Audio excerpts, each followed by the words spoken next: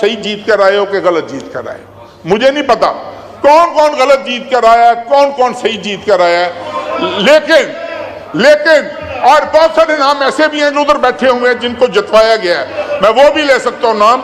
लेकिन मैं आखिरी ये मेरी गुजारिश है जनाब स्पीकर कि मैं ये समझता हूँ कि इससे, मैं अपनी बात कर रहा हूँ, इससे बड़ी बेगैरती नहीं हो सकती कि किसी का हक मार के मैं इस सीट पर बैठा हूँ। जिसने और यार चुप करो यार,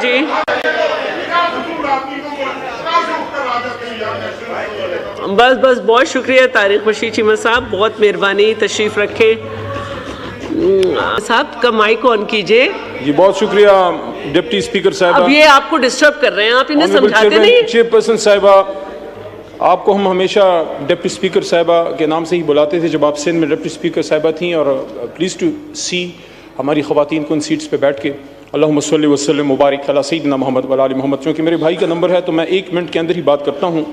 चीमा साहब से हमेशा एहतराम का ताल्लुक़ रहा और मैं इनकी स्टैंडिंग कमेटी का मेंबर रहा 13 से 18 के बीच साइंस एंड टेक्नोलॉजी में। गुफ्तगू उन्होंने की, मैं तो अभी बीच में आया हूँ, 2 दफ़ा मेरा नाम लिया है, उन्होंने कहा कि सच बोलेंगे तो सच बोलना चाहिए। हमेशा मैंने बिल्कुल आपको देखा, आप इशूज़ पे स्टैंड लेते थे। ख़ासकर मुझे वो वक्त याद है कि हुर्मत रसूल सल्लल्लाहु अलैहि वसल्लम का इशू जब था तो उसमें खान साहब की आपने सपोर्ट की, मेरी भी सपोर्ट की आपने। ख़त्म नबूवत के सिपाही हैं आप।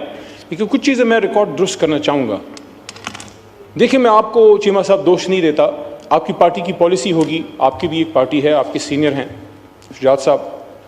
लेकिन मैं ये समझता हूँ कि जिस चीज़ पे मैं हमेशा शुजात साहब की और परवेज़ लाई साहब की फैमिली की बहुत ज़्यादा कदर करता था, कई दफ़ा उनके घर आना हुआ, उनसे मुलाकात हुई, कि जब ये हाथ देते हैं, तगड़ा हाथ देते हैं दोस्ती में।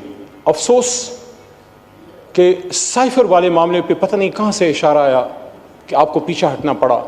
आपका तरीका नहीं है, आपका तरीका नहीं है। मैं हैरान हूँ।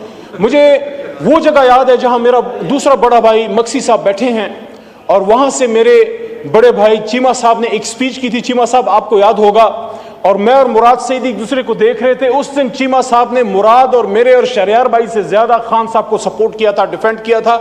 वो स्पीच आज भी रिकॉर्ड का हिस्सा होगी।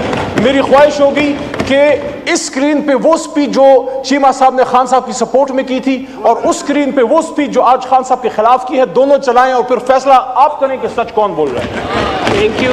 और आखिरी बात, चूंकि वक्त बहुत कम है, तो चीमा साहब ने कहा, फिर सद एहतराम, क्योंकि जाती ताल्लुक तो है लेकिन पार्टी पॉलिसी से मजबूर थे, पता नहीं किधर से इशारा आ जाता है। इशारा नहीं तो पाकिस्तान के बेड़ा गर्क किया है।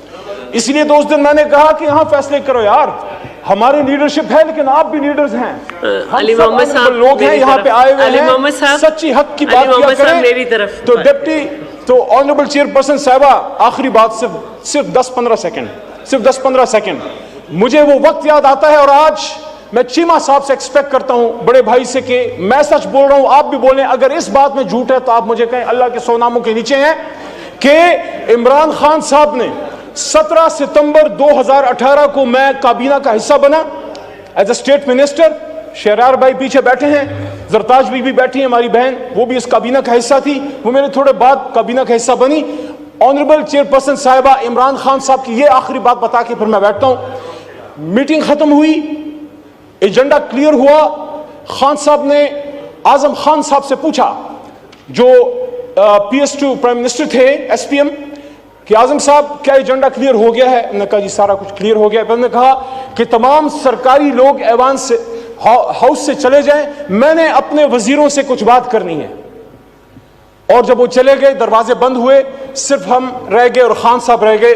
और मुझे वो बात खान साहब की ऐसी याद है जैसे मैं आपको देख रहा हूं, अभी मैं बात कर रहा हूं, कि खान साहब ने ये कहा कि मैं सियासत करने नहीं आया, मैं इस मुल्क को ठीक करने आया हूं, मैं अपनी हुकूमत कुर्बान कर दूंगा, लेकिन तुम लोगों में किसी करप्ट आदमी को नहीं छोड़ूंगा। ये इमरान खान ने अपनी काबीना को कहा, और जिस शख्स पर फिर कोई इल्जाम लगा उसको हटाया, और सबसे नजदीक तरीन शख्स जो उनके कभी भी करीब, उससे ज्यादा करीब कोई नहीं था, जहांगीर खान तरीन को उन्होंने फिर इन्हीं इश्यूज की वजह से चीनी कमीशन रिपोर्ट की वजह से हटाया। आप सिर्फ इतना बता दीजिए, चीमा साहब सच बोलिएगा, क्या खान साहब ने ये बात की थी कि नहीं की थी? बस बहुत शुक्रिया। तशरीफ रखें।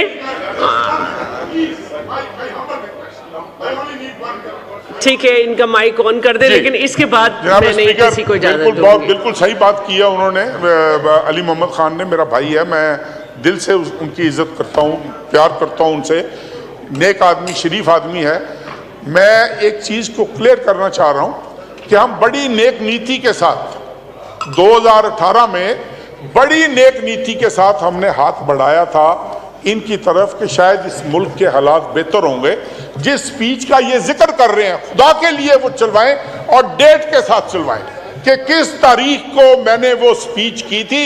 वो शुरुआत में पहले 1-2 माह की तकरीर थी और उसके बाद इन्होंने खुद गवाही दी है कि कैबिनेट की हर मीटिंग में हम स्टैंड लेते थे। पहली बात तो ये। और दूसरी बात ये कि आखिरी बात इन्होंने की कि इमरान खान साहब ने कहा कि भाई तमाम ब्यूरोक्रेट्स चले जाएं, सिर्फ मिनिस्टर्स रह गए। और मिनिस्टर्स को उन्होंने कहा कि मैं अपनी हुकूमत कुर्बान कर दूंगा लेकिन मैं किसी को करप्शन की इजाजत नहीं दूंगा। बिल्कुल दुरुस्त है। उन्होंने कहा था कोई वजीर करप्शन नहीं कर सकता सिवाय मेरे। I am the only one who is allowed to involve. तशरीफ रखे प्लीज। अगर तशरीफ रखे। हाँ, बस देखें, अब ये सिलसिला चलेगा तो फिर मैं बिल्कुल अभी करती हूँ। हाँ, आपका नाम? अब फतेहुल्लाह साहब का कर लूँ, फिर उसके बाद कर। ठीक है, जनाब फतेहुल्लाह खान साहब।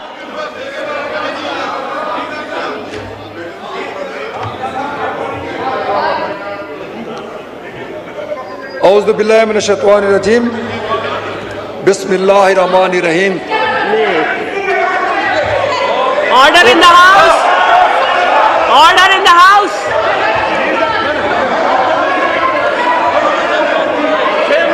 नहीं, ये तरीका नहीं है कि आप इस तरह करें।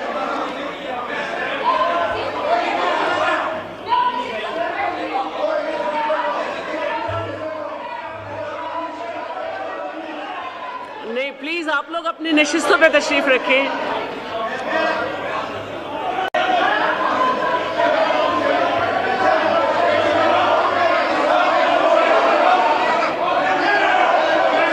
आप लोग बैठे।